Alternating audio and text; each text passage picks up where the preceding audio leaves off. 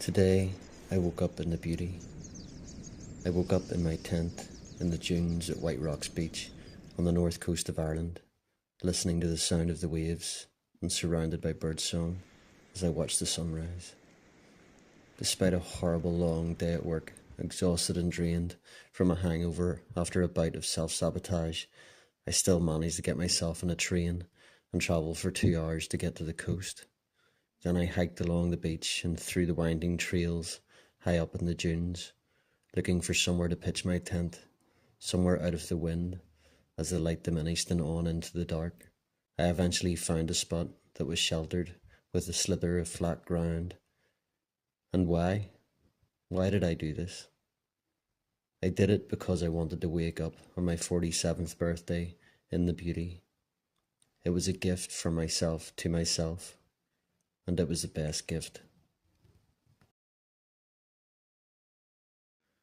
To watch the sun rising out from the horizon, bringing light after the darkness, a daily symbol of new life and rebirth, a beacon of hope, calling to me to shed the old heavy, tattered garments that have clothed me and protected me in the past, but also to reach out my arms to invite in something new. It's my birthday, I can do what I want to. It's my birthday, I can do what I want to. And I did the best thing ever, which was choosing to come up on the train after work. And was literally pitching the tent in the dark. But just to wake up here at 6 o'clock in the morning is magical. And probably the first birthday since I was 18, 17, where I didn't drink. Yes. Just to wake up on my birthday and to be surrounded by birdsong and the sound of waves is perfect. I'm loving this time of the year.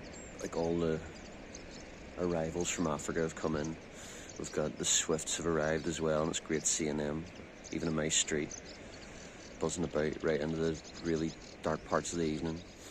And all the warblers, the sedge warblers, the white throats, grasshopper warblers, garden warblers, reed warblers, all these little birds flying in from Africa. And all the martins have arrived, the house martins, the sand martins, the swallows have arrived. See a wee skiff of rain out there. But I think I'll miss it. So in the background there is where McQuillans used to live, in castles. From castle to tent. The life story of the McQuillans. As much as that looks pretty higgledy-piggledy, actually probably one of the most comfortable nights. So in there is a nice flat straight bit. It was perfect.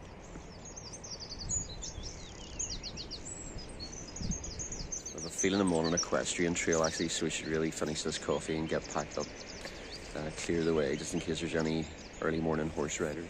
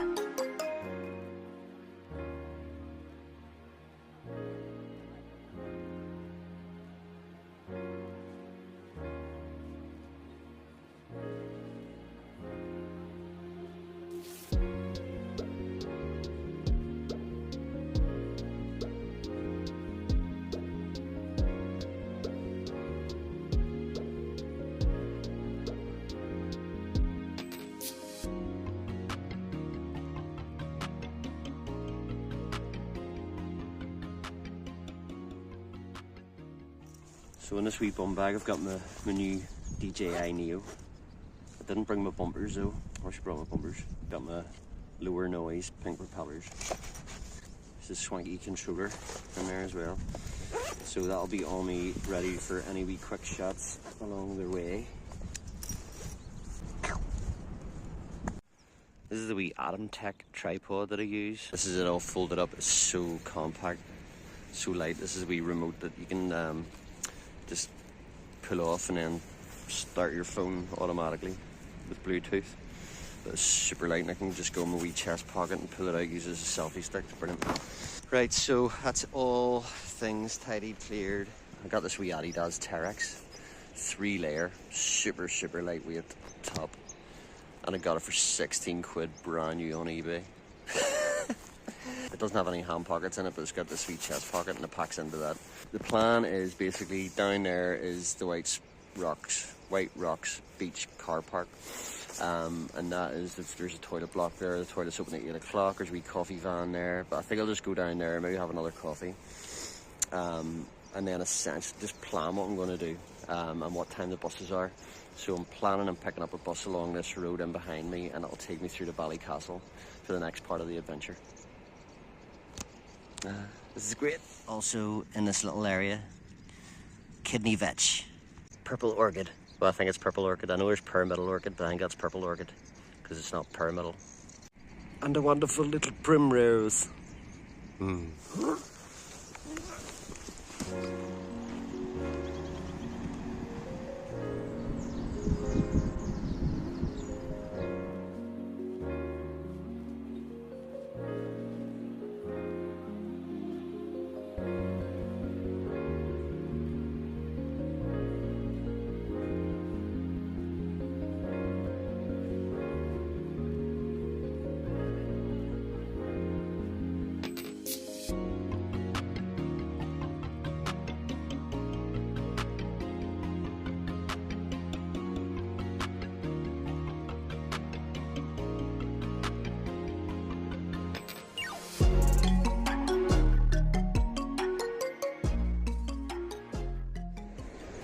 Down to the car park. So I've basically got, because it's my birthday, I booked a few days off. So this is Friday today, 2nd of May. And I've got Saturday off and I've got Sunday off.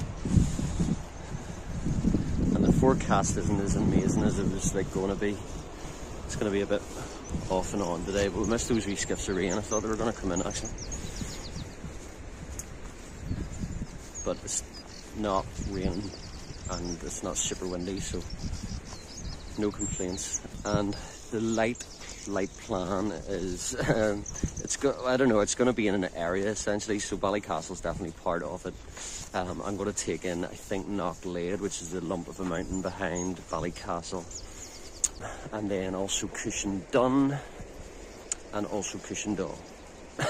So I don't know how this is all going to work, and literally I've got my tent with me. If I can wild camp, but it may actually be more feasible to actually get an Airbnb. There are a few significant spots that I do want to check out, with mostly because of historical value. Oh, there's horses just turned up, so just as well I packed that tent away. That would have been raging coming along their equestrian trail and seeing a tent in the middle of it. Not ideal, like ideally I should have, as soon as I got up, I should have had the tent away. So I'll remember next time. There's a surfer out already. And there were a load of surfers in last night actually as well when I was coming along. This is actually where I first surfed. The only place that I ever surfed once. It was amazing, but I'm afraid of water for the most part. Birthday breakfast. Hummus and sourdough. Basically the toilets aren't open yet. I'm meant to open at 8. It's after 8. But give me time to go fly my drone along the beach, which is good. Definitely having more fun with drones.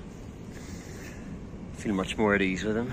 And it's nice seeing some of the shots you can get as well. You're like, wow, class. But I'm starving, so I'm gonna have some sourdough, hummus, maybe have another cup of coffee waiting for the toilet man to come and set me free.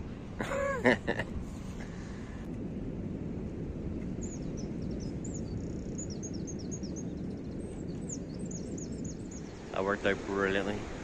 The person hadn't come to open the toilets, but a few council people were around, like cleaning all the bins from people out enjoying the sunshine. There's quite a lot of rubbish actually. But I asked him about the toilets and he ended up letting me into the disabled toilets. Yay! Yeah, sorted. Right, I might go up onto the road here and wait for a bus.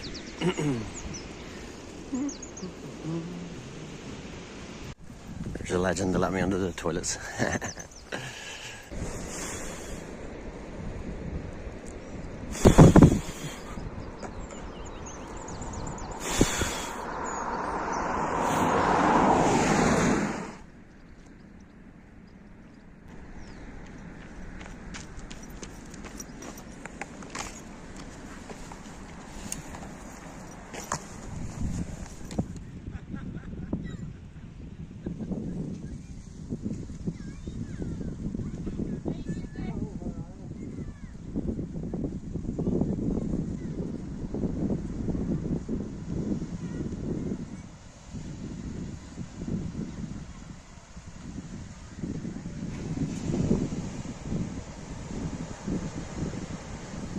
In the public toilets, brushing my teeth. I'm in Egypt. I brought loads of devices, brought power banks, I brought one USB cable. So I had to buy 2 USB cables at an extortionate price, 10 quid for 2 cables. Stings. On the Ulster bus, had we charging points. I was like, yeah, I've got an hour in a bus to Ballycastle. I can charge my drone and charge my other stuff.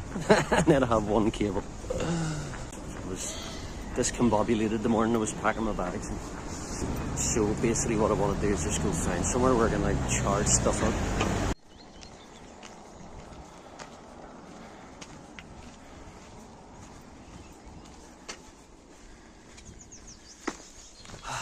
So I decided to charge my drone while it's in the bum bag with my mobile power bank and just get on the move. Get my poles deployed, stashed, ready for action because there are steep sections in this forest. I've lost one of the wee bungs for the wee lower feet for the end of the poles, and because they're nature height poles, are skinnier, so regular rubber feet for them don't fit. So I'm going to have to try and order nature hike specific ones. But they do come off so easily, and actually whenever you're stashing them with the elastics and the screw system, it can then pull off. I don't know where it came off. But yeah, it's brightening up, it's lovely. I'm going through that little bridge there. Feels like a birth canal, born from one life into another. New ways of living, existing. New ways of doing things.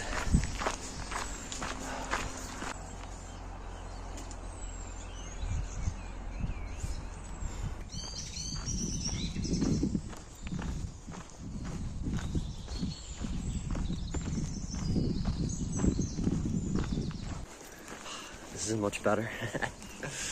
I basically emptied my rucksack of all my camping gear. I just dumped them behind like a fallen over tree in the forest.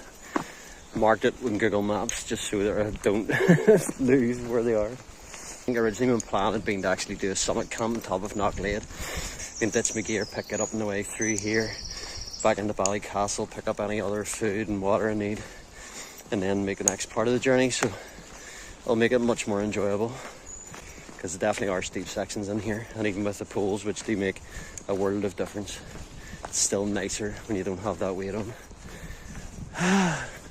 Awesome.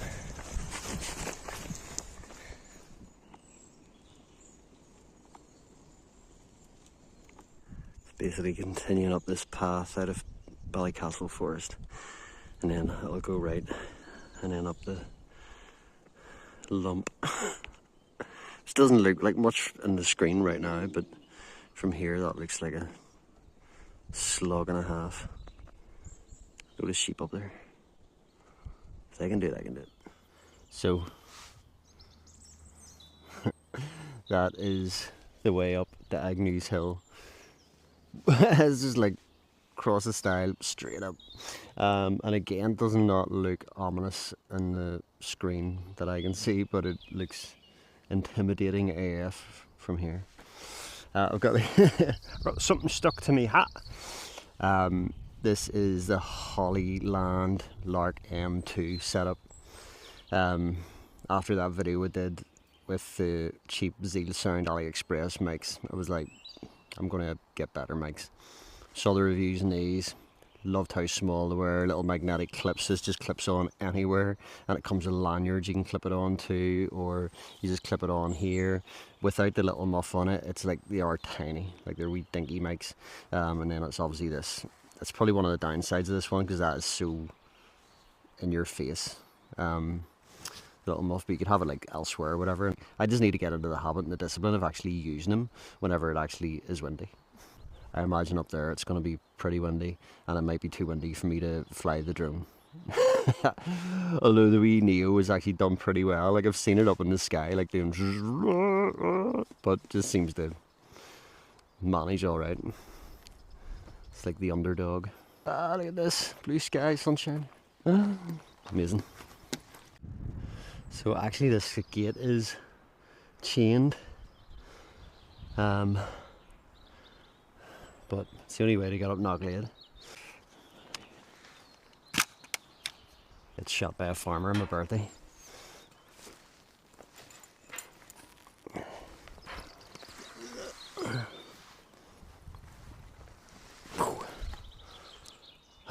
Where's the wee trail? Okay. A random trail, go over that fence and then follow. There's a trail, it looks like it's going up the top, but I think you're meant to follow the one that follows along the side of that piece of woodland, and then you come up here through this gate and then onto this cool wee trail. Like, it feels a bit enclosed, but in a kind of cool way. So this is like the trail up to Knocklayd, the little piece of land that a farmer has granted to us humble ramblers. Oh well, can't get lost anyway. The views behind me are amazing. I decided to come out onto the actual field because walking in between those two is actually really hard going, because there's a lot of rocks that falling off the wall and you can't use your poles really well because you're kind of like clamped in. So I just came out on the out of the little corridor and just out into the open field. So wow, the view of Rathlin, oh my god, just noticed. Oh my goodness, so high up. This is like 45-degree incline. This is and I didn't sleep well last night, so I'm low energy as it is. I think if I didn't leave my stuff down in the forest, I think I would have bailed on this. Hard work. I don't think I'll want to do this one again. But then again, I'm low energy, so right, get on with it. Stop talking. I just heard a grouse.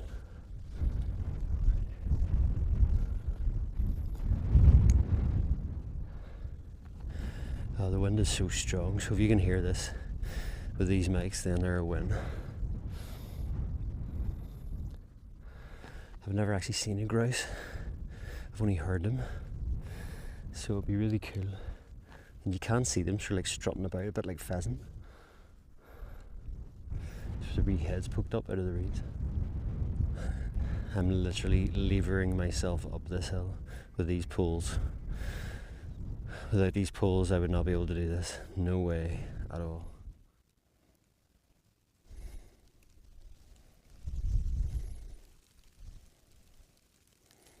It's an amazing view of Rathlin. It's not kind of hazy, so it's not amazing, but just because I feel so high up right now. And I'm not even at the top. Well, I think I'm near the top. There's a full summit too through me. It's like, oh no. But just looking over at Rathlin, seeing those white cliffs and all the historical things, all the connections to Rathlin, so radically connected to this, you know, part of the history that's played out in the north coast of Antrim and with the Isles of Scotland as well, and Islay and Kintyre and Western Isles, so radically interconnected with all that. I think I was meant to go up on the other side of the fence because I'm kind of fenced in. I'm at the top of Knocklayd, but there's the trig point over there. And there's meant to be a cairn as well, a burial cairn, but I'm imagining that is all on that side over there. But I also want to be looking over Glen Tasey, so that may not be possible, but I'm going to try and get over to there at least. That was hard work. That was such hard work. Oh, I put my wee fuzzy mic thing on my bum bag. I thought it was a bit of a better place. I just wanted to be somewhere visible where I can see if it's fallen off. But those magnets are super strong. Like, I was able to clip onto my baseball cap, and that's pretty thick peak in that. And this is pretty thick nylon on this bum bag, so really impressive. Right, see if I need to jump a fence or is there's a stile or what. Well, I could actually just step over that, to be honest. I made it to the top of Knocklayd, minus the gimbal protector from a drone, which I risked flying in these ridiculous winds. And you should have seen it going like, so I'll be interested to see how the footage comes out. But I can't find that anywhere.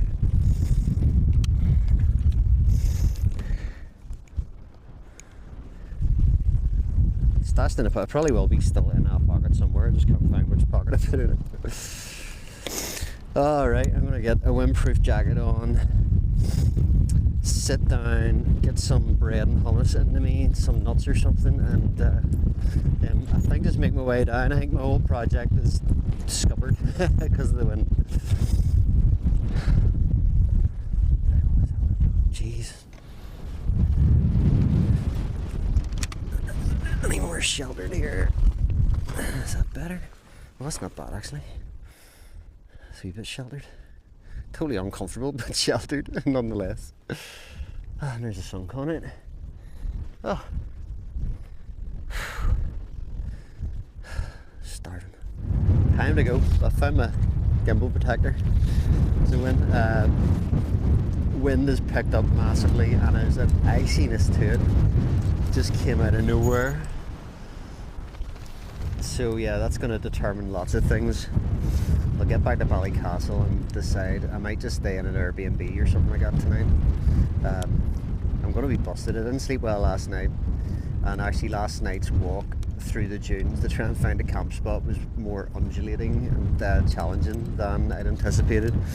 So that on top of no sleep, or not much sleep, and then doing this today, I think chilling out this evening in a nice accommodation, I think it'll be great. We'll see, but there's no way. There's a spot in Ballycastle I could camp at, but that wind would just be spanging right on you, and like that is not going to be enjoyable. It'll be another night with no sleep, so we'll see. Just had some hummus and sourdough, lovely loaf of sourdough from the Portrush into the Spar, made in Castle Dawson. It's like a kind of sourdough blend thing, but it was delicious. You could eat it on its own without anything. That was lovely. Right, here goes. So while I am descending Knocklayd, unsuccessful and not fulfilling my drone mission, and while it's still windy, and while I have these microphones that I can use while it's windy, I can tell you what I was going to do. I was going to fly the drone over the valley of Glen Tasey, which is a valley to the west of Knocklayd. And the reason for that is on the 2nd of May 1565 a battle took place, the Battle of Glen Tasey, and I thought it'd be really cool to be up here on my birthday on the 2nd of May 2025 to talk about the Battle of Glen Tasey. I was going to get these epic drone shots and do like a really dramatic narrative. In the year 1565, a band of 2,000 warriors of O'Neill's men gathered to fight the MacDonalds. So basically I found out, I've been looking into the McQuillans and the Battle of Ora, and that involved the MacDonalds and the O'Neills and then didn't realise, 20 years earlier there'd been the Battle of Glen Tasey, which was almost strictly speaking, just the O'Neills, Shane O'Neill, versus the MacDonalds. So these kind of Scottish blow-ins, you got too big for their boots, and the O'Neill, Shane O'Neill, basically defeated him in a battle of Glentasy. Oh, and I went and cut myself in some barbed wire, really rusty barbed wire, so I'm gonna have to check that out when I get back. Ugh.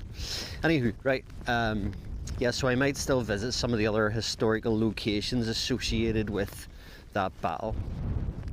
The sun is shining. Loving this wee waterproof jacket, Adidas Terex one. It's so thin. It's a bit like the Montane Minimus range, so ideal for what I'm getting up to. And hopefully if I continue running, I've gone out for a few runs, I'm hoping to keep it that, and this wee jacket would be great for that type of thing, because I think it is part of their trail running range, a graphic trail running range. It's beautiful coming down and seeing this. That's definitely what this mountain has going for it. Like, the views are just incredible, and especially now coming down, different when you're going up and you're busting your bollocks and you can't even see the view, apart from when you stop and you're gasping, you're like, oh, I'm gonna die. But that's pretty epic, like, and it's, yeah, amazing. Never been up this mountain before. Definitely is challenging, and I definitely wouldn't have done it without walking poles. I have to remember to pick my stuff up in the forest on the way back. Oh, there's a wee van down there. Maybe it's a farmer with a rocket launcher. He's gonna blow me up for trespassing. Actually, the fences and even the trails that are marked on the apps, they just don't make, they're just not lining up really. So, you know, I've ended up stepping over fences and seeing the trails being marked in areas that seem fenced off. So it's like, it just doesn't make sense. Right, it's easier seeing the very faint trail that exists when you're coming down the way. Going up the way, you cannot see it. There are definitely boggy-ish bits, and actually definitely up at the top of Knocklayd, like some of it was really, really squelchy, but there was like one trail that you have to be on, almost like a little bridge over troubled water, through boggy water. Like a bridge through boggy water. Oh, beaut. Oh, out of the wind for a wee bit. Why, this is where I heard the grouse earlier.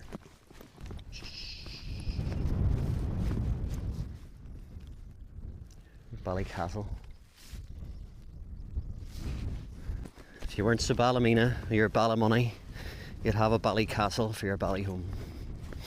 Actually, in Gaelic, there's a phrase, Slanawalla, which is like safe home to your townland. You'd say it like farewell, goodbye, good eat, good night, kind of. And Bally, Slanawalla, Balya, is pronounced with a W in Gaelic. Bally, all the Ballys, Ballycastles, Ballyhome, Ballymena, and we have many of them, so they're the townlands. So Slanawalla is, I think, kind of translates as safe home to your townland, kind of safe home, basically. Interestingly, also in the Battle of Glentasy, it looks like there was a McDonald fighting on the side of the O'Neills against the McDonalds.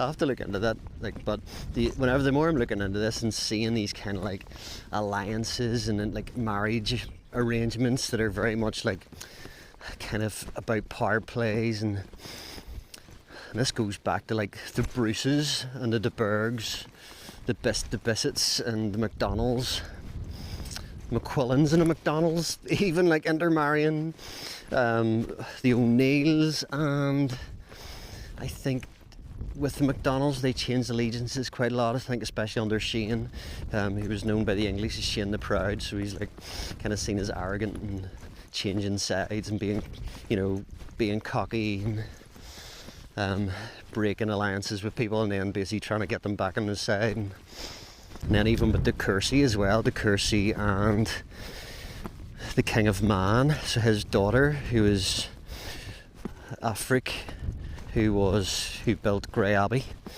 and that was an alliance, a marriage alliance to get to get naval vessels, an army. So there's another marriage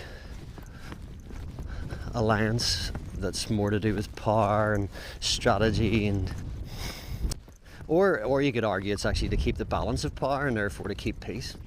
That it works a bit like the whole hostage kind of scenario that they had, where we're fostering. So it seems like the Bruces, all the Bruce children, Robert and Edward, and there's about 4 others, I think, possibly. There's Alexander and Thomas. But they were actually like fostered and brought up by the O'Neills in Ireland.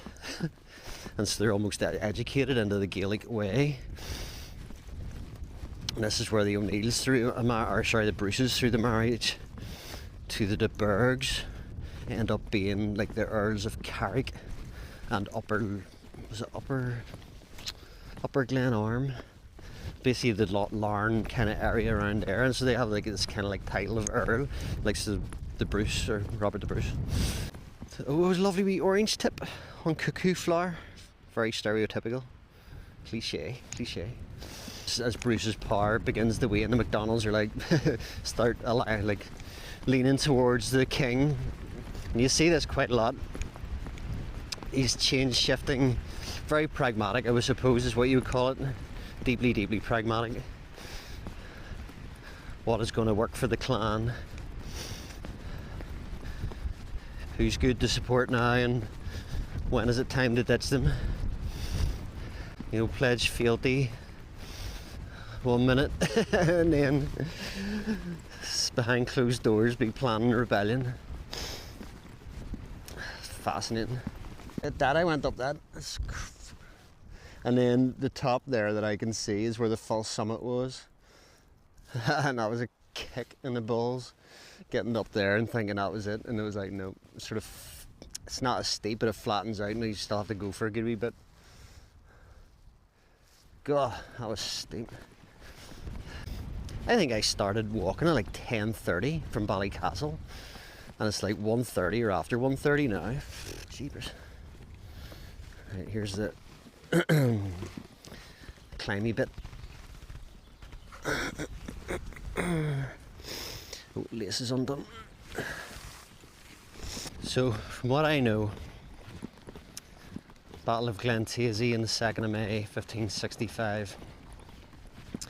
One of the significant events that happened before that was that Shane O'Neill sacked Red Bay Castle and MacDonald Castle near Cushendall.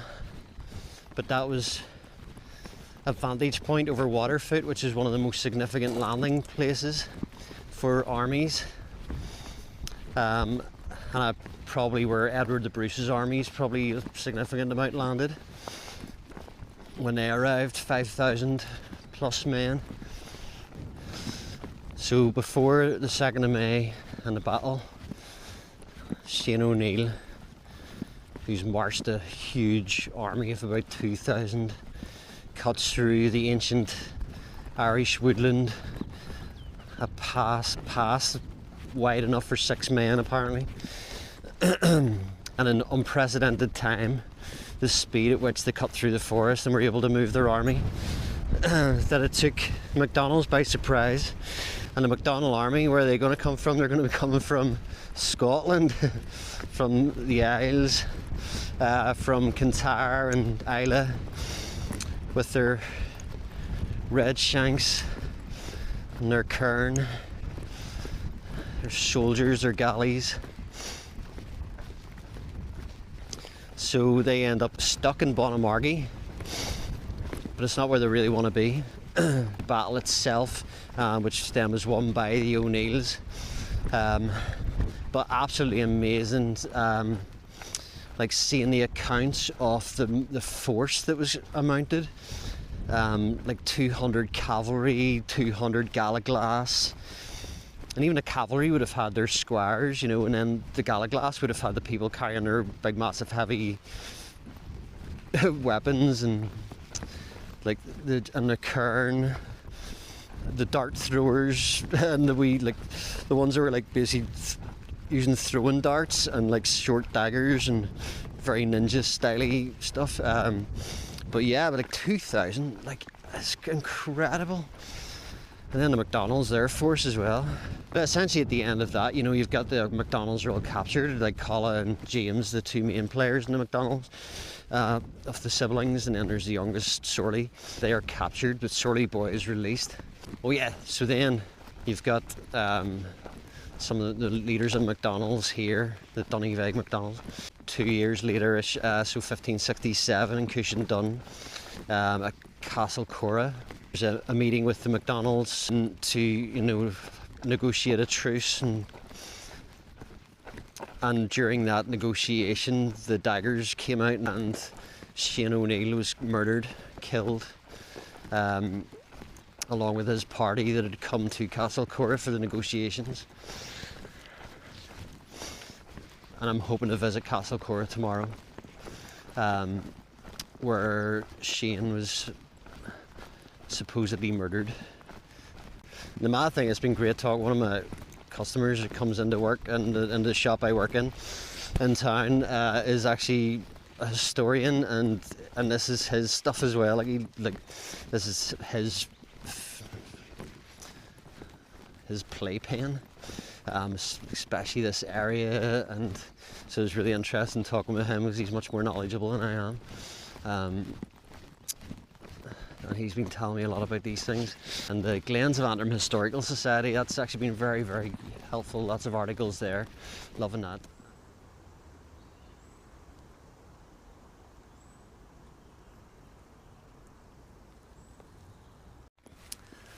So I'm coming up on where I stashed my gear. And it's funny the little thoughts come into your head whenever you're departed from your beloved gear. I think it's... Got it marked in Google Maps anyway, so I won't lose it. I think that's the way into the area. But yeah, first thought was actually foxes. Was like, because I can smell the food that my couscous put into like IKEA Ziploc bags and then into a larger Ziploc bag. But I could smell smells of dried onion from that I put into it. So I thought that will attract critters. And then my other thought was people seeing it and thinking it's like a weapons stash or something, and then reporting it to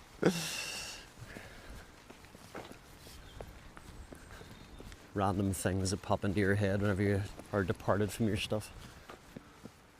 Separation anxiety fantasies. Right, I'm gonna have to check Google Maps. It's in this area.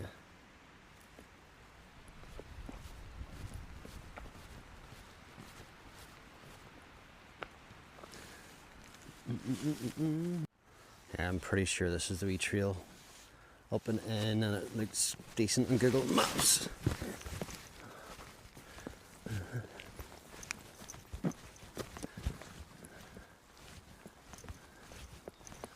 Yes, there's a fallen trees.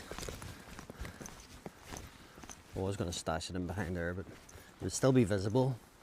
But the only people coming through here are mountain bikers, and they're whizzing past so fast they wouldn't see anything anyway.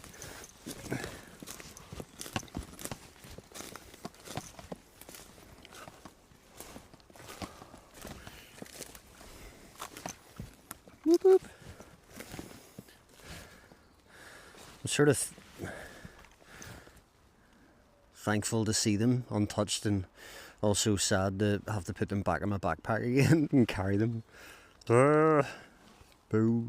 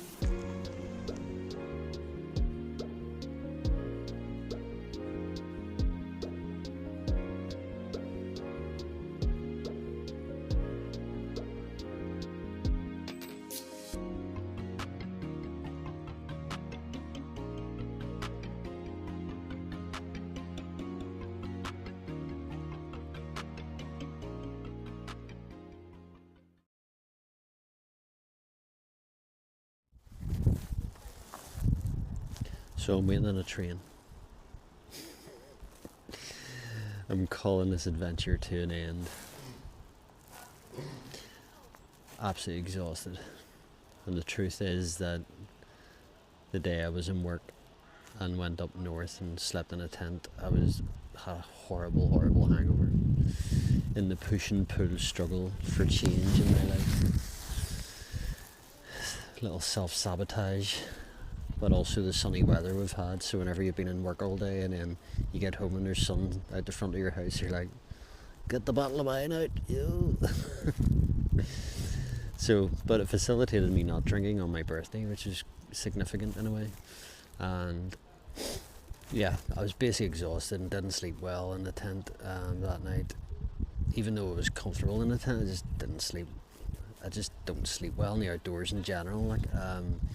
And if I slept again in a tent tonight with 14-15 mile an hour winds blowing at it, cold winds, I think it would have been another night without sleep. And basically I've got a lovely flat in Belfast that has a bath and food and blah blah blah blah, and I would have had to spend like a lot of the accommodation that was left up in that area. I looked at everywhere, Ballycastle, Cushendall, Cushendun, it was all hitting like 200 quid. And I'm like, I've got an apartment. So, and also like this particular journey, which I didn't realise actually is only 2 hours 20 minutes back to Belfast, because it's a bus to Ballymoney, and then from Ballymoney it's a train through to Belfast, and it actually cuts like nearly an hour out of the journey. So it can take up to 3.5 hours, 4 hours to get from Belfast to Ballycastle. So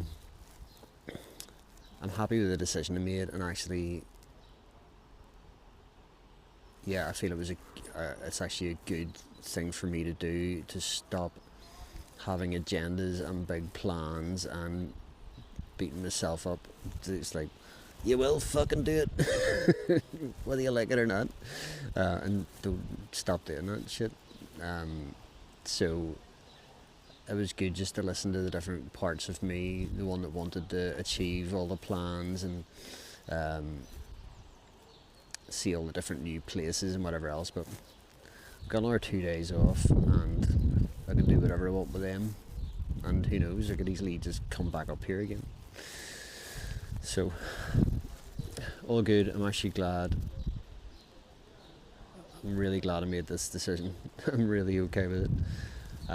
Even though I did have like big epic plans about what this was going to be, totally happy that I'm going to go home, I'm going to have a bath, I'm going to have some nice food and drink some ginger tea, and I'm happy about it. Here's the end of this wee adventure anyway.